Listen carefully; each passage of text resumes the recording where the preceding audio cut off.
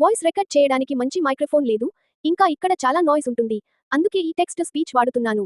Hello అందరికీ, కొత్తగా Apple company నుంచి మ్యాక్బుక్ నియో వచ్చింది.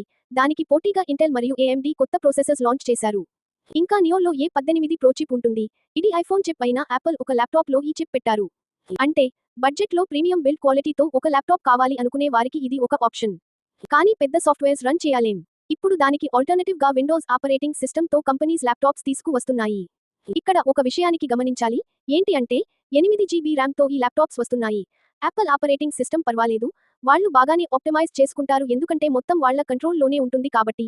విండోస్ OS తో ప్రాబ్లం ఏంటి అంటే చిప్ ఒకడు తయారు చేసి OS ఒకడు తయారు చేసి, ఇంకా దీంతో పాటు విండోస్ OS అంత ఆప్టిమైజ్ గా ఉండదు అని అందరికీ తెలిసిందే.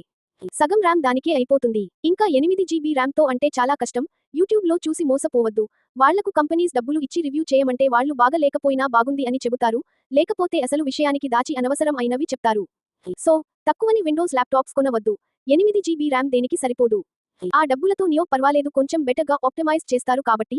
సో, 8 GB ర్యామ్తో మ్యాక్ OS అయితే గుడ్, కానీ విండోస్ OS అయితే నాట్ గుడ్.